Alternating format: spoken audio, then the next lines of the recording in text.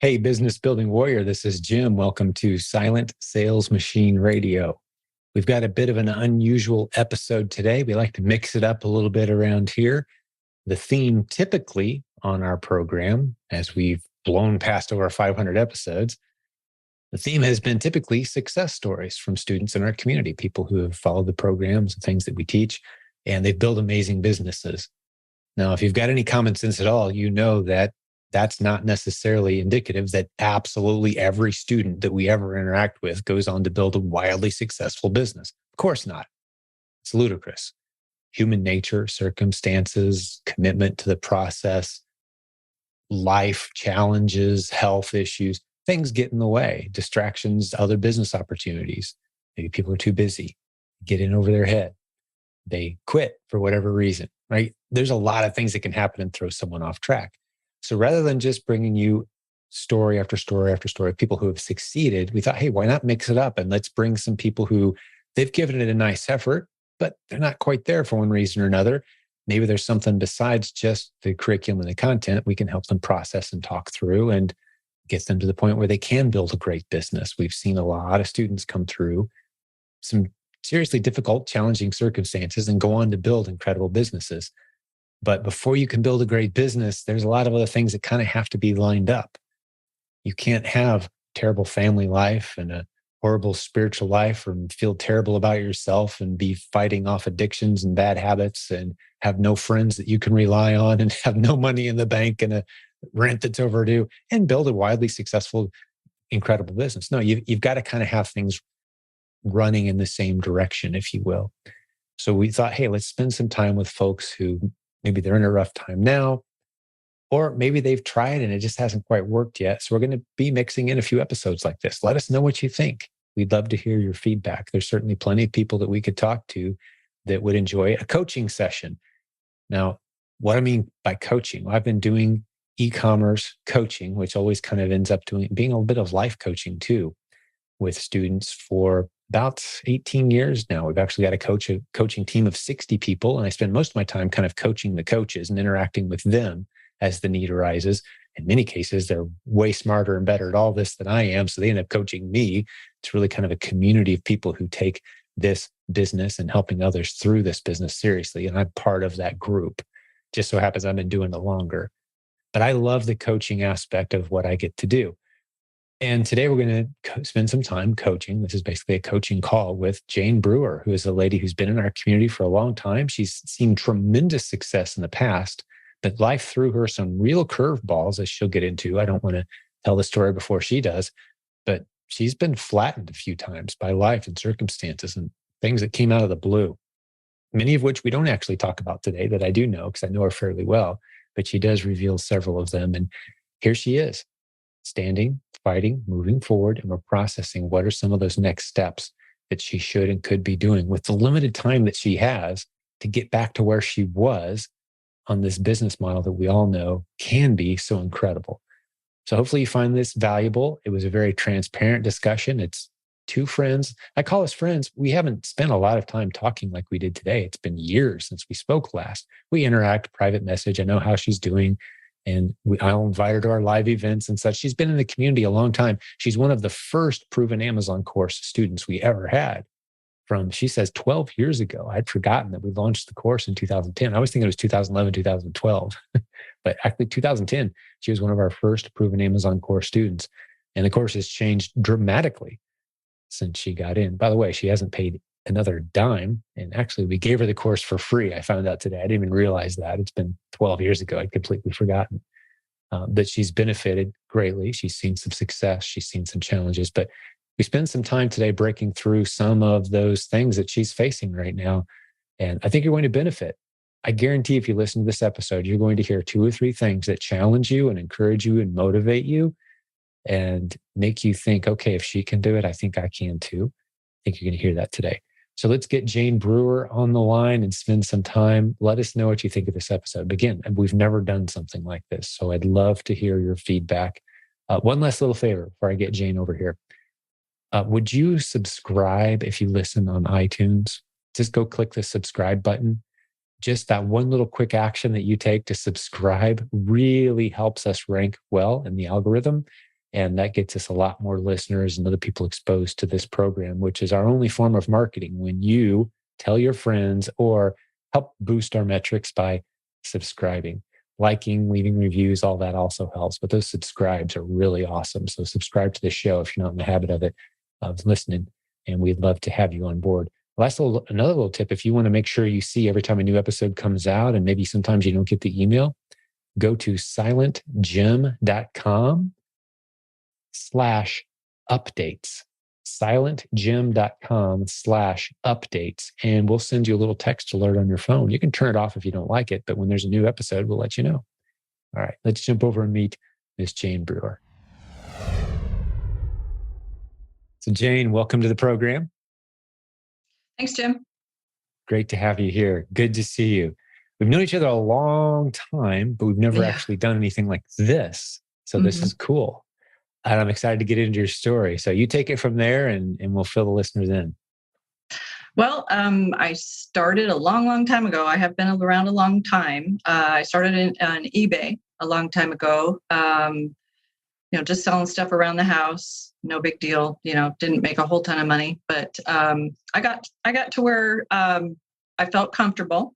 And then in 2010 is when you introduced me to the Proven Amazon course.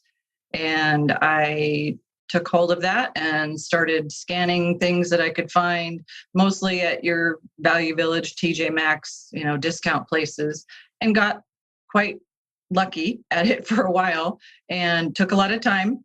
But I was able to build quite a business to where in December of 2015, I had a $30,000 month, long time ago. And then unfortunately in 2016, we lost our son. And I had built up enough inventory in the warehouses that I could kind of coast for a while. And I did for a long time. But unfortunately, that kind of put me into a spiral, put my family into a spiral, and my business essentially died off. And I had to go back out to work. Currently, I work right now full-time at a hospital nurse line, which I'm sure you can understand is very, very, very busy and has been for the last 2.5 years. Last couple of years, things really picked up. Yeah, it's been crazy. So trying to find the time to build my business back up during that time has been very, very difficult. But I'm not giving up. I'm going to keep going. I carve out whatever time I can. Thankfully, one of the things that has happened with COVID is we're all 100% working from home for this nurse line. So I can have my work in front of me and my laptop is to the left of me. And when there's a downtime in between phone calls, I can start doing some sourcing. My biggest challenge with that is to try and find big enough blocks of time that I can follow those rabbit holes to find the things. But I am building that up. Imagine those calls are like little emotional disruptions throughout the day and little emergencies. And you're like, okay, and you never know. Where was I? Yeah. Exactly. And you never know whether or not you're going to have a 20-minute phone call or is it 30 seconds? You never know. But you have to answer it. Yeah. It's part of the gig. Yeah. Right. And I imagine it's exhausting too. One of the things you shared to me before the recording, and as we were talking about this, is there's days where you just spent the whole day talking. It's like one call after that. That's mentally and emotionally exhausting, right? Oh, yeah.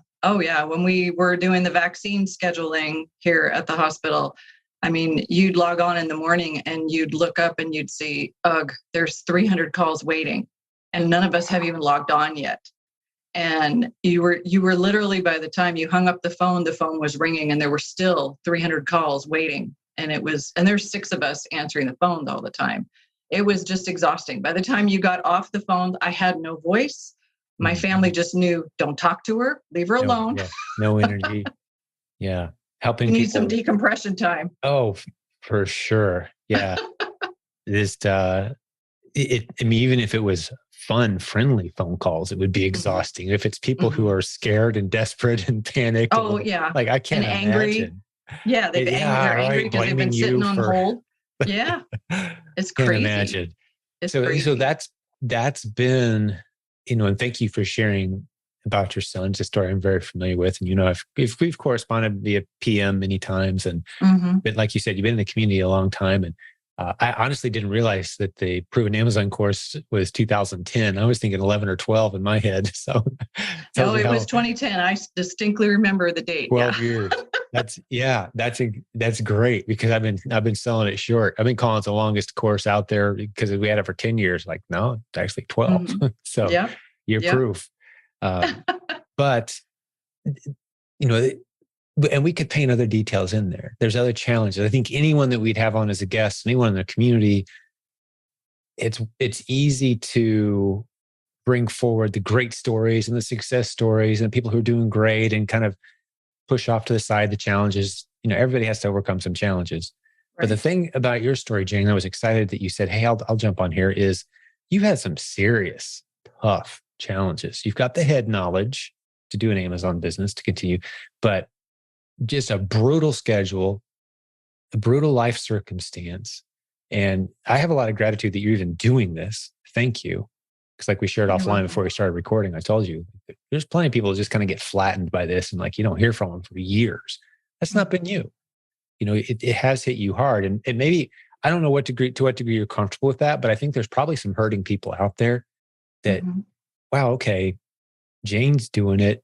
My circumstances are a little different, maybe a little worse, maybe a little better, but talk us through just a little bit, like how have you, and then we'll get into the Amazon stuff for sure, but Sure. how have you navigated this? And be as transparent as you like. Go wherever you want with it. There's no wrong answer there. I'm genuinely curious. Navigated my son's death, This or and the challenge of the schedule. Yes, your son's death and how that impacts your family. I mean, oh, and yeah. maybe this will help frame it a little bit more. Anytime I see you pop up in the community or send me a message, I'm like, oh, good, Jane's still in the fight. She's still, because you've just been flattened by circumstances. And there's other things that we didn't share as well. Just you've been punched many, many times, Yeah. but you keep getting up and you keep fighting. So what's causing that to happen? Talk me through it. Well, I'll be quite honest. The only thing that gets me through it is God. Seriously, that is the only thing that gets me through it. To know that ultimately I have to be an example for my kids. I have to be a partner for my husband. I have to be an example for my community. And if I'm not willing to walk the walk, then how can I be any of those things? Now, through my son's death, it was extremely difficult to get through all of it. My daughter and my son were two peas in a pod. They were 11 years apart, but you would swear they didn't go anywhere together, anywhere Inseparable, huh? apart. They always went together. 21 years old, and he hung around with his 11-year-old sister all the time, So my part after that was to make sure that I got my other two kids through this. Now, on top of that, we didn't go through that my oldest child is special needs. Mm-hmm. And he's always going to be somewhere in the 12 to 14 year age maturity. So he's at home with us and will be indefinitely. Yeah, so I've got that, and I've got, my daughter, and I had to get through all of that first before I could deal with anything else. I guess I had to prioritize my kids first. I know that probably a lot of people are going to think I should have prioritized myself first, but if I didn't prioritize them, I have no doubt at all that I would have been bearing at least one of them on top of bearing the first child. Yeah. So I had to concentrate on my daughter at first. Yeah. And thank you. I mean, you're being very transparent with this, and I always appreciate that because it's easy to be very sterile when you're recording something that's going to be heard by a lot of people. And by the way, if you say anything that you want us to cut out later after you've given us a thought, we're going to edit this. So what the listeners are hearing, I got no secrets. Yeah. Well, I so appreciate that, but just the transparency of, you don't necessarily have the option to just kind of check out and make it all about you. No. And you just got to keep going. And that's a mom's heart. Like, hey, my kids, I got to do what it takes. And and you guys have stuck together as a family. You've gotten through it. You said it was 2016, right? So here we are, 2022. 6 years. Yep. And it still hurts. It's still a factor. And we've had COVID and all the Yeah. insanity of that. And you were in the middle of that storm from an emotional and work schedule vantage point. But here you are. Storm Central. Oh, yeah, no question. We've had some other guests on the podcast that like they were the nurses on the, seeing patients and getting in their hazmat suits and going, like, what is this thing? Exactly. Is this going to kill us all? Or is this like, is it being overblown? What's we genuinely didn't know. So we responded out of pure precaution on everything. And that created such a stressful environment for so many workers. And it was a real threat. A lot of people did lose people they love. I don't want to understate it, but I think we'll be studying our reaction as a culture for decades. But you were in the middle of a storm. Absolutely. And thank you for the work you did, by the way, because it was very much needed. And I'm sure you were underpaid. I have no idea what you made, but thank you. But yeah, so here you are. We've kind of painted this picture for everyone now of, all right, what are we going to do now? Yeah. Is this Amazon thing viable? Does it fit in the cracks? So let's turn this into a bit of a coaching call. Sure. Here's some things I just don't know about you. Like, how much time do you have per week right now to commit to this reasonably? Yeah, that's the hard thing because it changes every single week. But because I work Monday through Thursday and then every other weekend. And again, you never know, is it going to be a day when I only get a few calls an hour, or am I going to be, one right after the other? So whatever you could do to grab little pieces. Now I have found working with the advanced Keepa course is helping me kind of hone down where I should look. And good. That coupled with going back to things that I've sold before in the past, because everything always comes around. Everything always cycles back.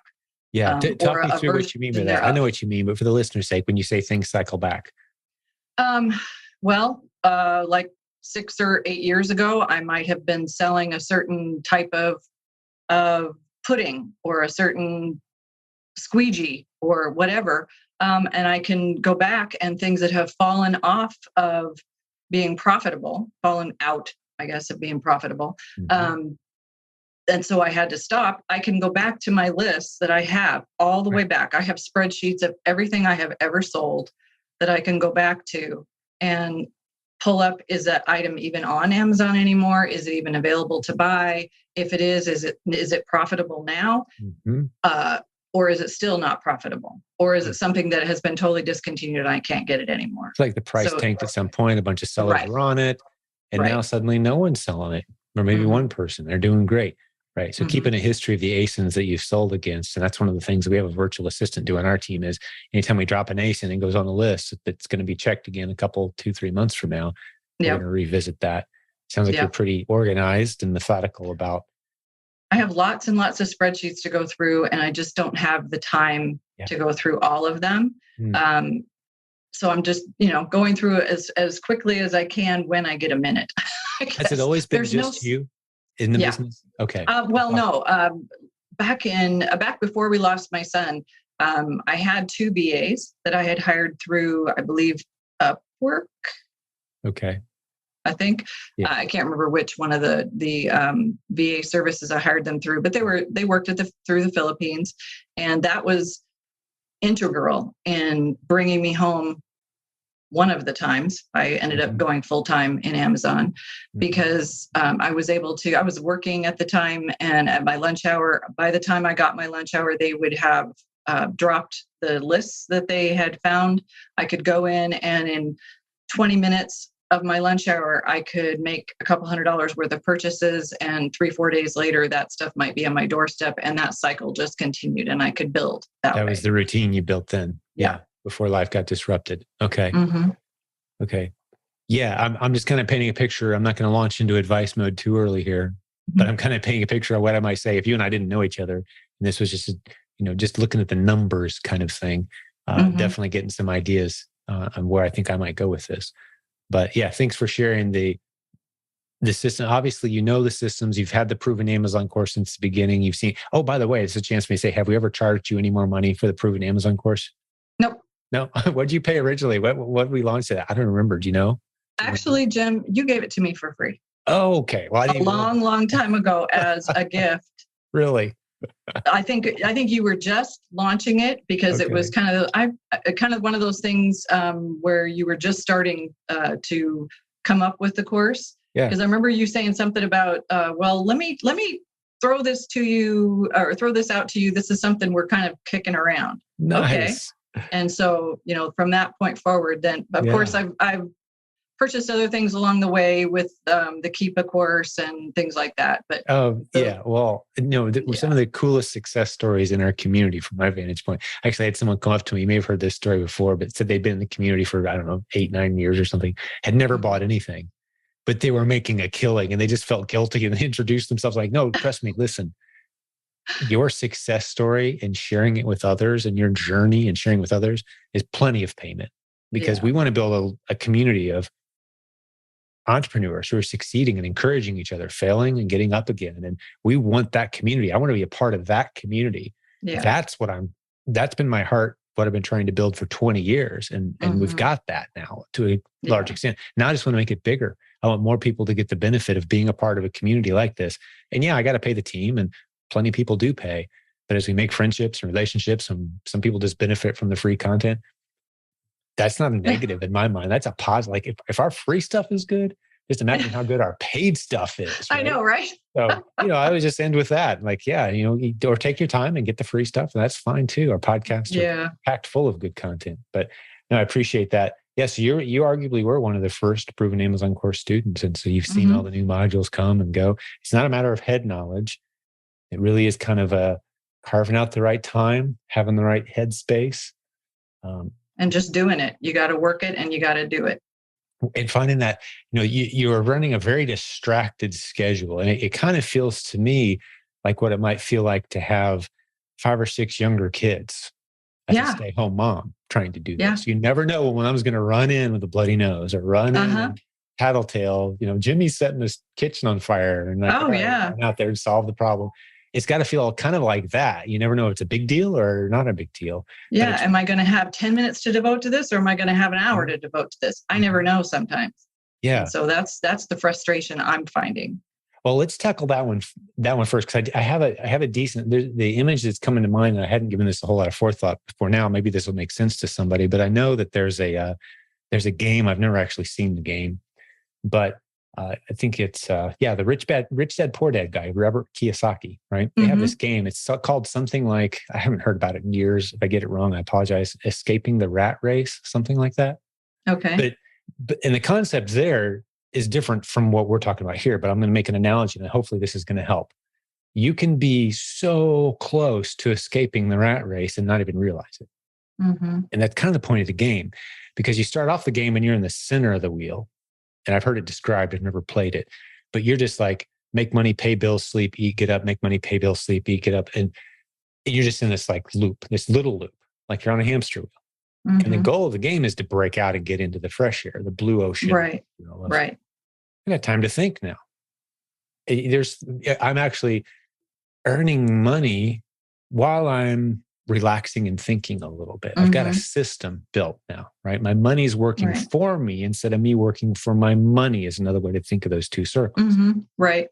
But the magic for me as I think through this is all of us are just a few small decisions from escaping the rat race and stepping out into, it feels like we're stuck here and it would take years to get out. No, it's a few small decisions. It's a few intentional actions, especially someone with you who's got all the head knowledge. So for example, my theory is, and maybe we could prove me wrong, and I would love to take a stab at it. I'm not sure what your like time off schedule is, or how easy it is to carve out 2 or 3 days.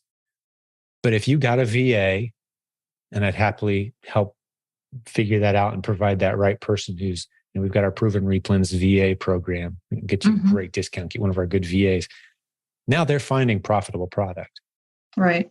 Right. And you got someone else maybe that's, and you filter through those. It takes a little bit of time, but that can be done on an interruption disruption schedule. What's hard to do is get in and do the research on an interrupted disrupted Exactly. constantly. That's Hard to do. my struggle. You got Yeah. all these open tabs and like, where was I? Oh, I don't remember which tab I was on. Oh, the and phone which bunny rings. trail I Yeah. was following, and then the phone rings Yeah. again. And you're like, oh, it's like I've heard the data on this is like when you're interrupted from, you've probably heard these statistics. I don't know, but when you're like in a stream of thought and you're being productive and then you're interrupted, the sharpest among us, it takes 15 to 20 minutes to get refocused. That's the sharpest among us. I when your believe interruptions are coming more often than that, you've got no hope. Exactly. Talk about I agree. Hamster wheel, right? It's like, I know what to do. I'm just trying to find something. Yeah. So you've built up some mental muscles that few of us have, but it's still not enough to conquer the unconquerable challenge you've laid before us, which is getting interrupted every few minutes, trying to do a few hours of meaningful work a day. It's exactly. not gonna happen. It's not possible. Exactly. So you need to get, as soon as possible, someone else that's doing that almost mental heavy lifting for $4 per hour. Someone in the Philippines. You kidding me? Yeah. So if we carved out a little bit of time, got that happening, got that rocking, now your job's reduced to just reviewing ASINs. You can check them off. Get interrupted? That's fine. Go back. Where was I? Oh, on my ASIN list. Always on that one. That's next. Yeah, that's a good one. I'm going to buy some of that. You can even start to offload that pretty quickly, though. And that's when you step out of the rat race. Get a couple people, 1 or 2 people for $4 an hour that are doing the heavy lifting that you just can't quite get to. Suddenly, you're finding profitable inventory based on the head knowledge you have and the people you're working with, but you're not doing the heavy lifting to make it happen. Right. I agree. That's when I was able to build up my business before, is when I had 2 VAs working for me. That's right. I know it works.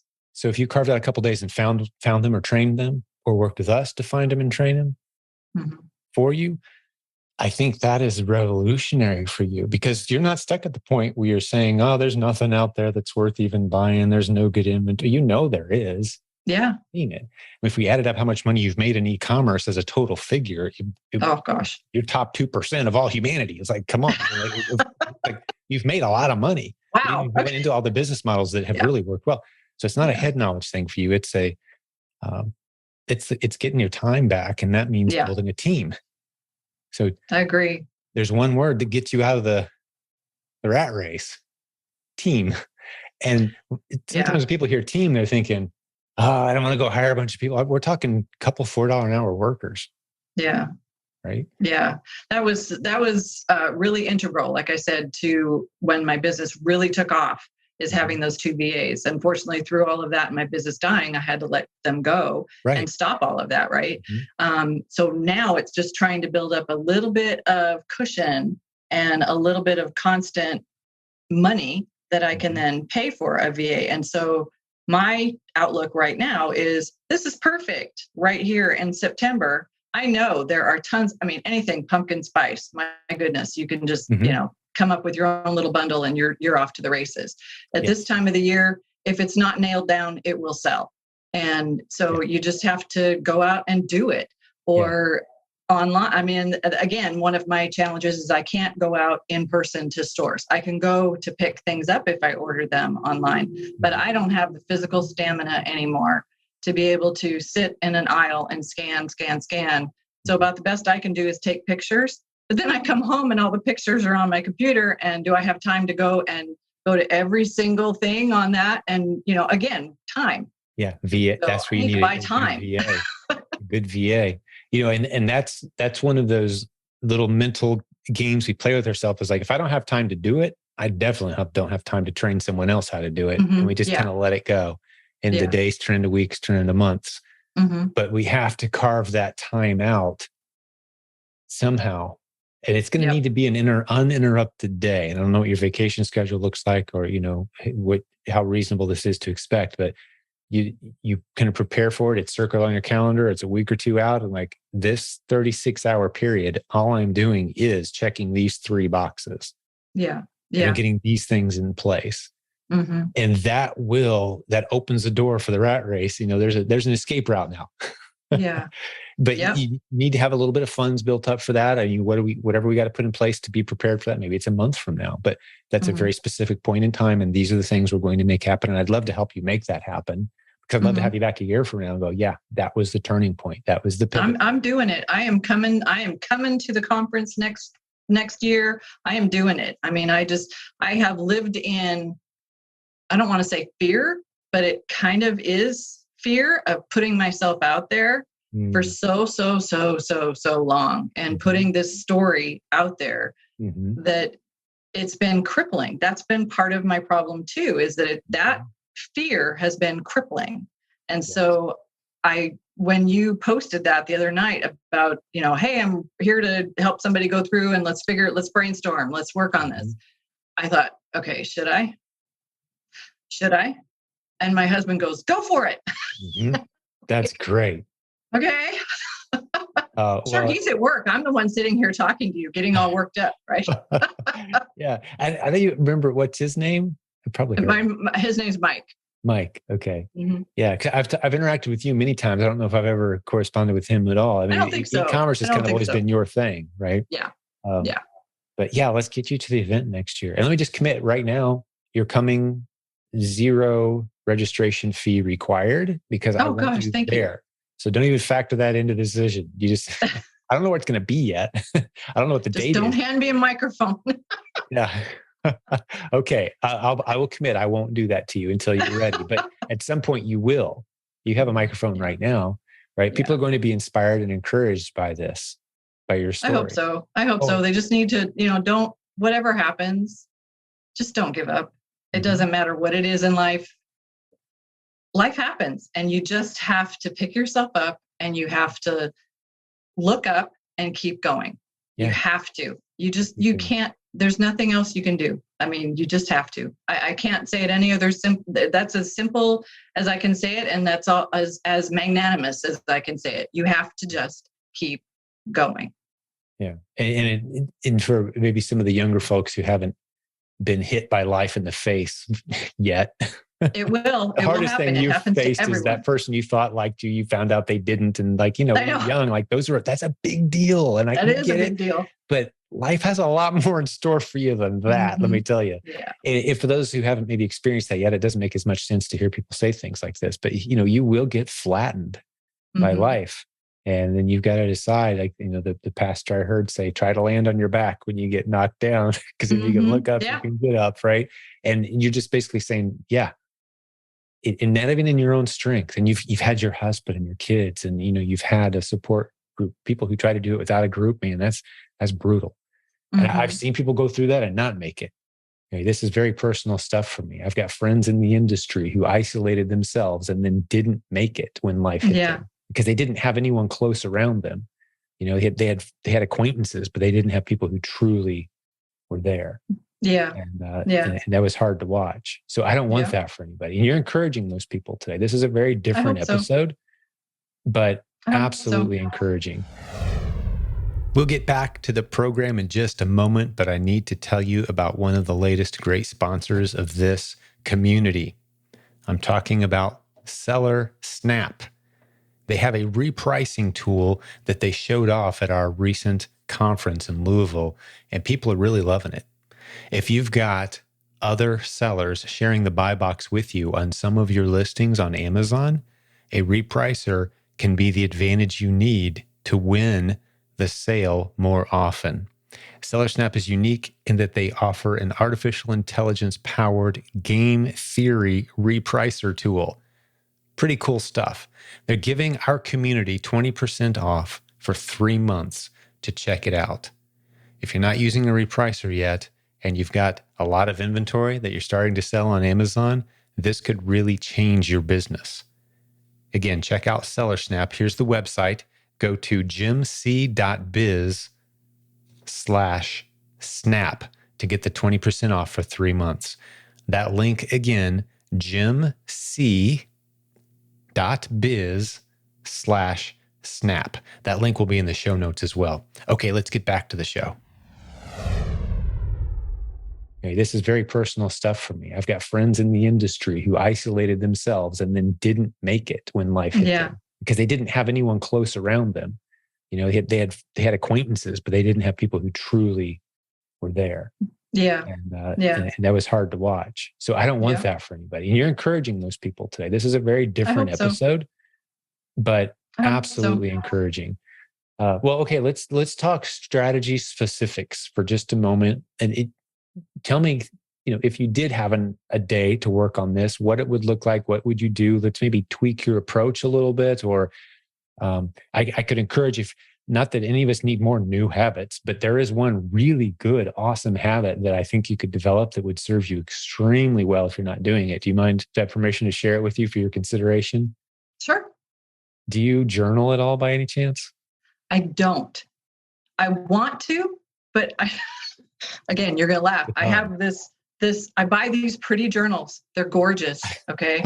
And then I'm almost afraid to write in them, because then if I write in them, they're not clean and pretty. And you know what I'm saying?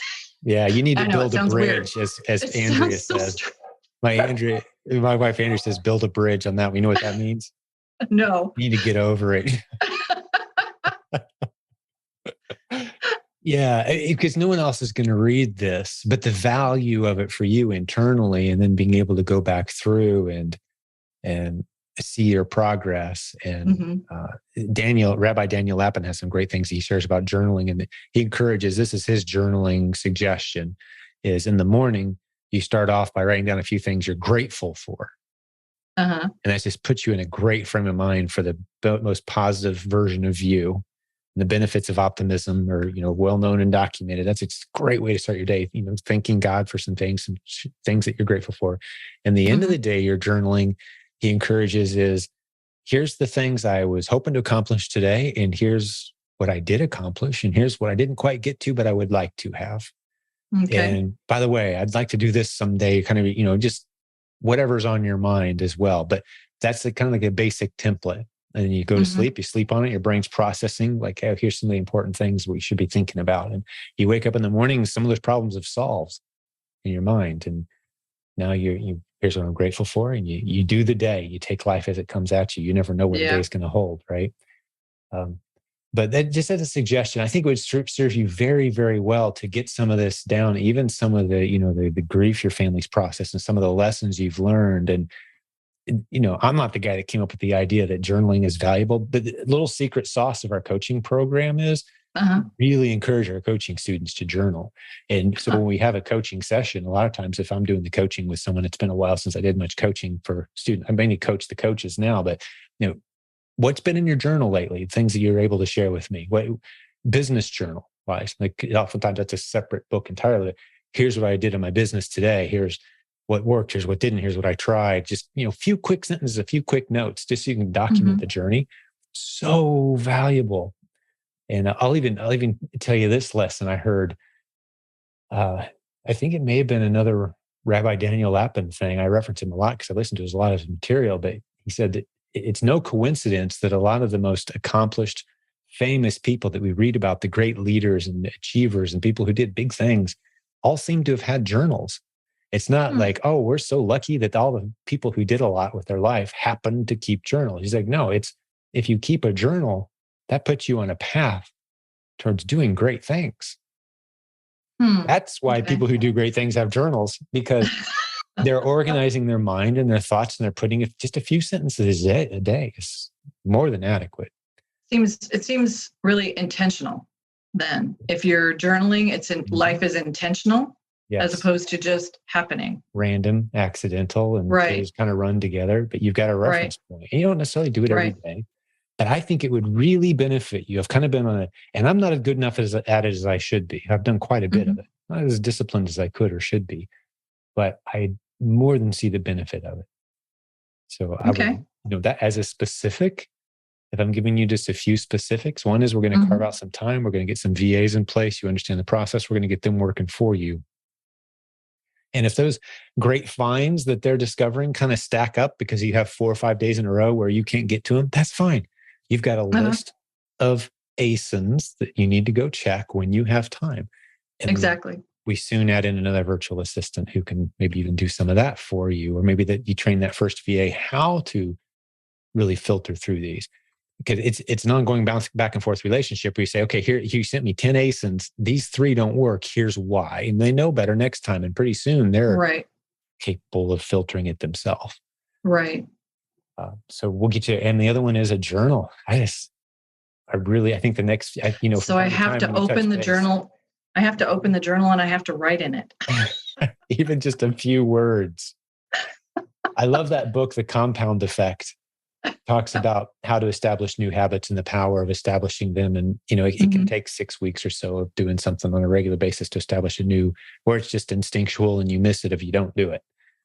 Yeah. But the way you do it is he would encourage people, even on the days you can't run, for example, like I'm going to run. I was supposed to run today and I didn't. I was going to take a long walk and I didn't. Like, go pick up the shoes, hold them for a moment and recognize I can't do this today, but I haven't forgot you, and then put the shoes back. Just that physical contact with the journal even. Right. I do that with the Bible, right? I don't think I've ever shared this before.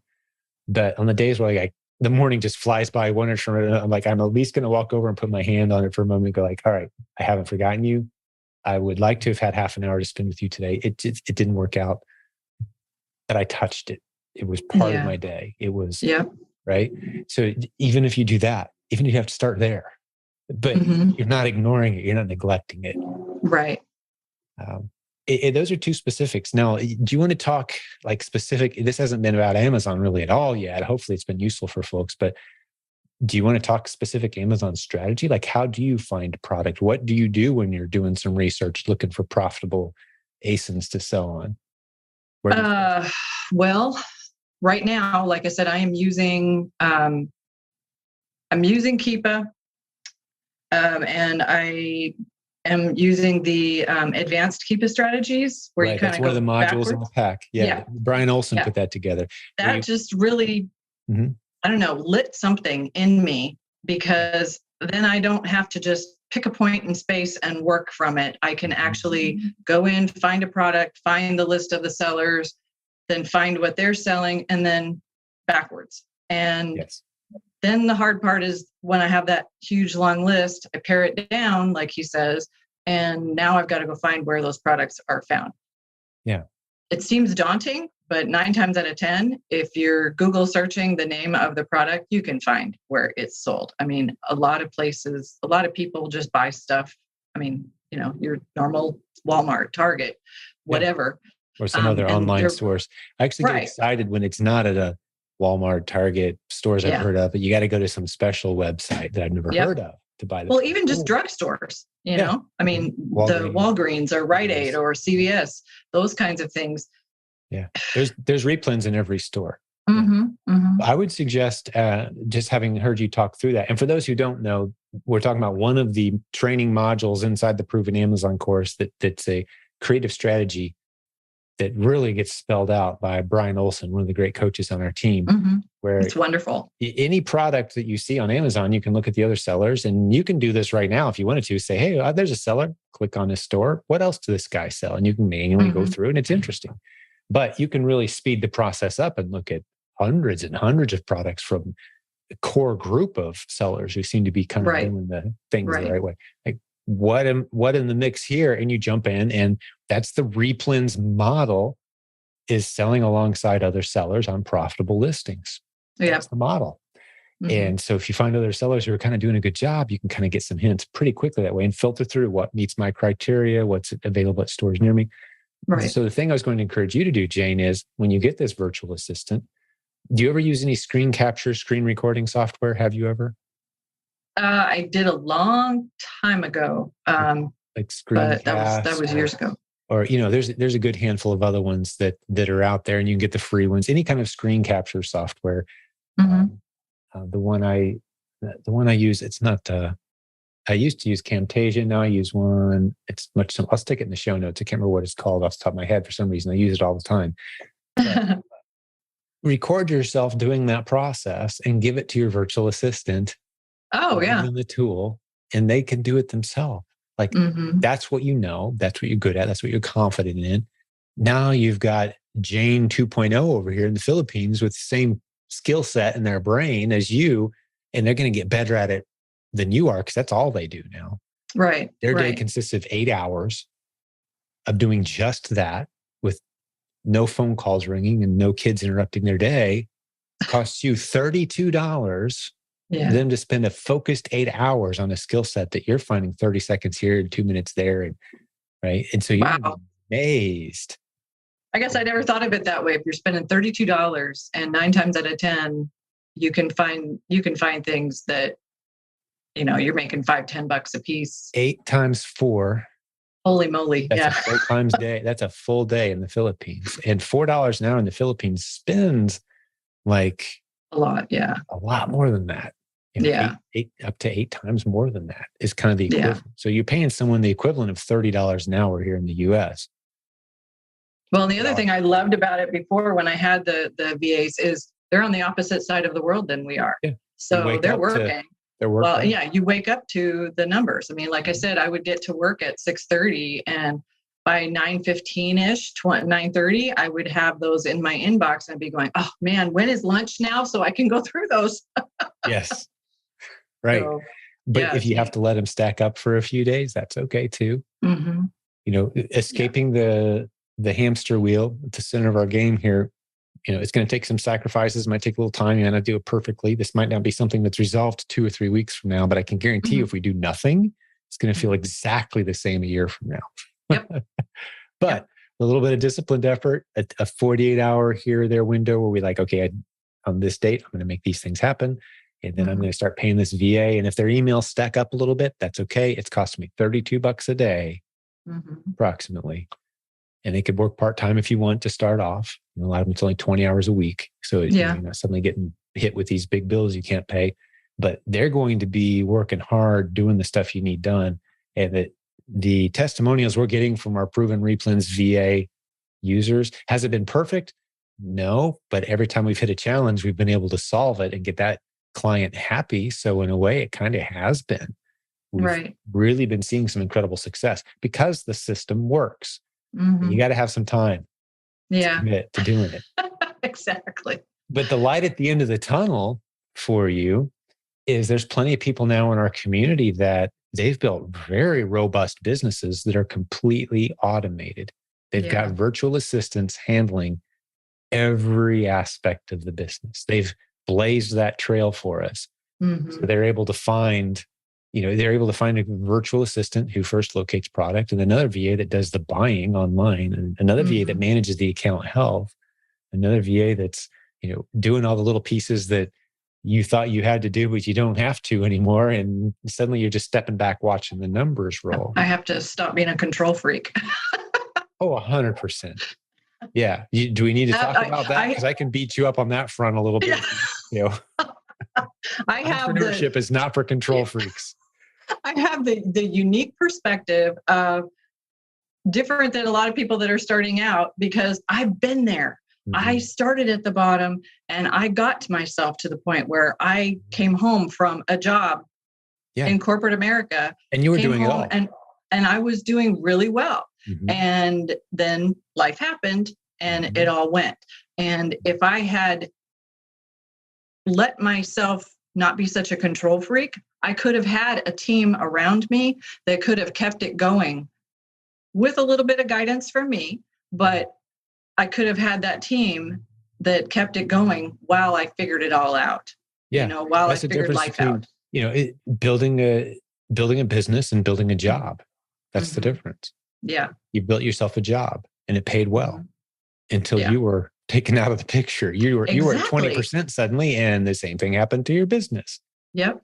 And I learned that lesson in a big way. I've had to learn that lesson several times.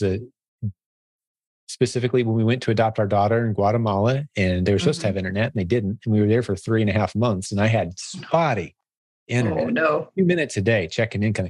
My business grew while we were there because I turned things over to my people on my team that I feel like, well, I can trust that person a lot more than I realized I could. And my business grew. And then after our house fire, same thing. I'm like, here we go. Let's test the theory. Team. Yeah, exactly. I kind of fell off the grid. I'm like, I'm going to need some time here. I can't mentally process. I tell people, one of the things you don't expect when your house is hit by lightning and you lose all your possessions, one of the things you don't anticipate is you're going to meet about 150 people that you never would have met otherwise. And you're going to have conversations with them and interact with them and get them into your schedule somehow. Exactly. It was just overwhelming, right? Yeah. Can't even imagine. Right. And then, with some of the health issues we've had, with, in the family and things, it's just like they take you off the grid. You learn like, okay, you got to be prepared as a business owner. Who hits that really good? Not necessarily recommending you read this book, but understand the premise at least. In Michael Gerber's book, The E-Myth, talks about the difference between being the technician who does the work versus being the business owner who makes the business stay profitable. And, just because you're good at making pies doesn't mean you can run a successful bakery. Right. That's a good point. Completely different. And he actually goes through the story of a pie maker who decides they're going to open a pie shop and all the challenges they have to confront. So you've been great at making pies, but suddenly you weren't able to go to the bakery anymore. So what happened? Right? And all fell apart. So my perspective is, I know it's possible, and I'm hungry to get there again because I remember what it was like when I had that freedom. Yeah. For lack of a better word. And the visual that I would like to leave in your mind and with the listeners on that point is, I see you being where you need to be is about this far away.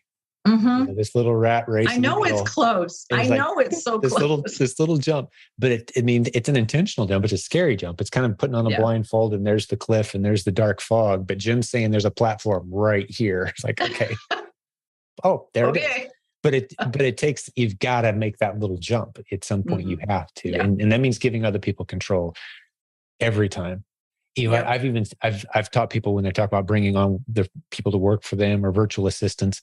I say the visual you have to create is, if someone is 70% as good as I am, I give them full control, knowing that 30% of the time they're going to mess up those first few weeks, maybe at the most. Yeah.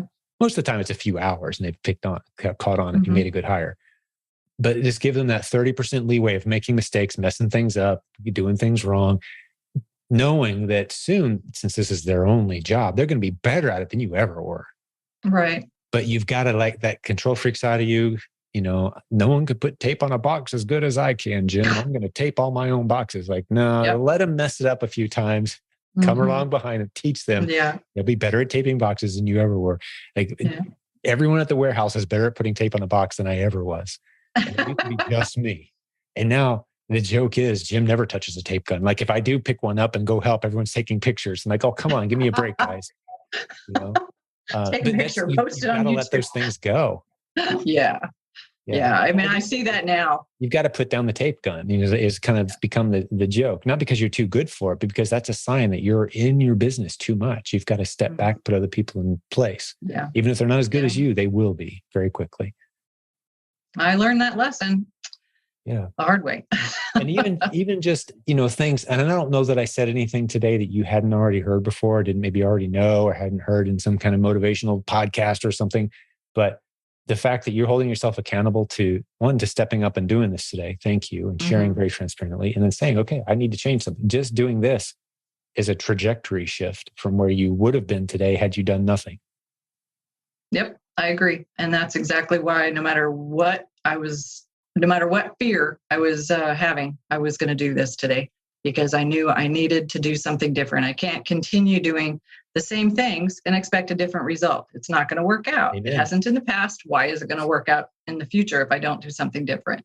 And how hard was it for you? Do you mind? And we can cut this out if you don't want this included, but I'm just curious.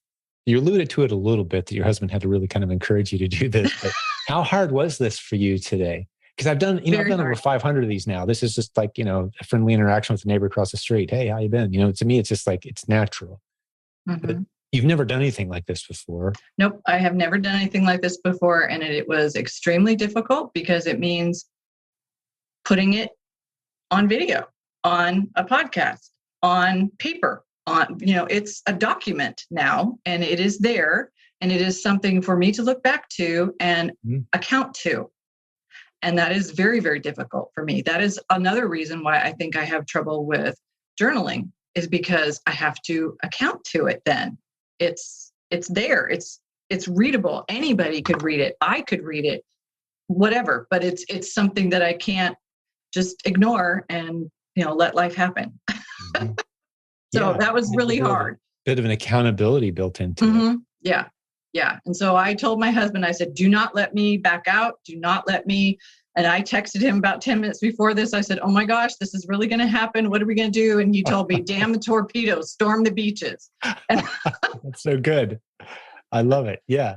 so he is my Exactly. cheerleader. Well, He is my that's cheerleader. exactly the word I was getting ready to use. Is just how blessed you are to have that cheerleader. And, that's the role my spouse plays for me as well. Every entrepreneur needs their cheerleader. Andrea actually does that in one of the sessions that she talks about being married to an entrepreneur. It's, we tend to drift into a certain personality type, a lot of us, and we tend to marry cheerleaders because we need them. Yeah. And they play a vital role. And she in her own humorous way, just talks about like, yay, Jim. Every few minutes, she's got to like, all right, you're awesome, Jim. Like, yes, I am. And that just fires me up. She's like, she can go back to what she was doing again. Like, I just needed that little pat on the head, puppy dog time. And off we go again. And I think sometimes they kind of roll their eyes at just like, yeah, you're awesome. That's good. Go back to it. Thank you. I feel validated now. Yeah, I know. There's part of us that just needs to know that we're being recognized for, just that internal battle that's constant with ideas and struggles and disappointing ourselves. And to have someone in our life, a spouse that recognizes, even if they don't understand what we're talking about. That's the point. I mean, my husband just kind of, you get that glazed over look on his eyes, but he's like, okay, go do it. Yeah, right. Okay. So today was a good day. That's great. And they're thinking, tomorrow's going to be a bad day. Oh, good. Yeah, right. Yeah. Well, oh gosh. It's been a delight. Here's another challenging question I want to run past to you, because I know your heart well enough. So I think I'm okay asking this question is, what impact do you hope this has?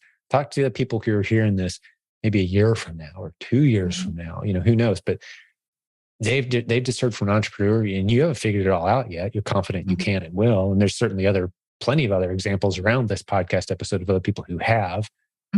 But what impact do you want this to have on someone who's listening today? Because I think that's an important part of capturing something like this. It was hard and it's going to benefit you. And we want it to do something in you, but talk to the people who are hearing this and maybe they're thinking, man, they're way behind where you're at. Just keep going. That's all I can say. Just keep going. Just wherever you're at, take a breath and keep going. I don't care what it is in your life, whether it's your business, whether it's your kids, whether it's your bills, whether it's your job, whatever, wherever you're at, whatever's going on, take a breath and keep going. Yeah. It's as simple as that. I can't make it any more monumental or fancy than that. It's just keep going. Keep going.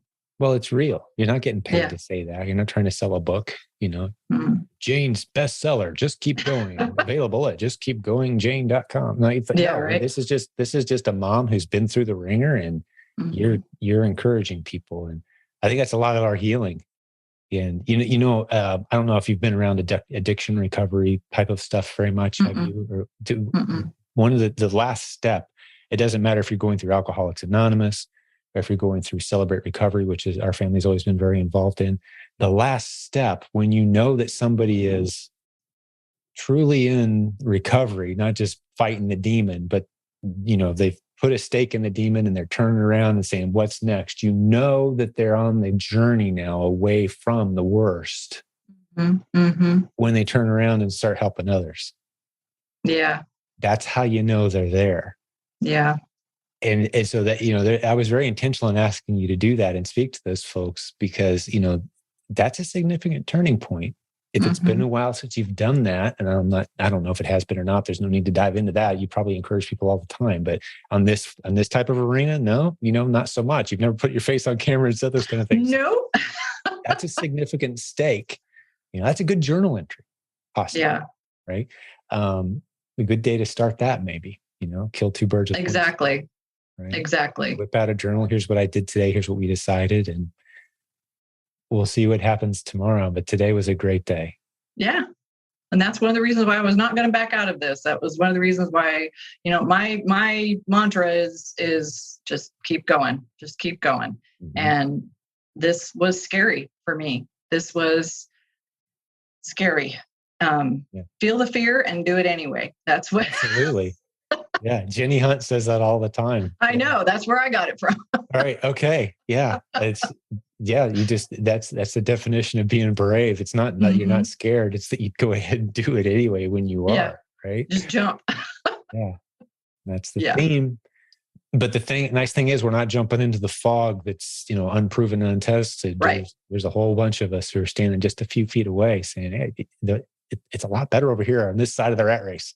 It's like, yep. And just take one slow the wheel step down at a for time. just a second and put a paw out here in this different territory over here for a second, get a firm grip over here and we'll pull you over the rest of the way. Wow. Well, this community, this community is amazing.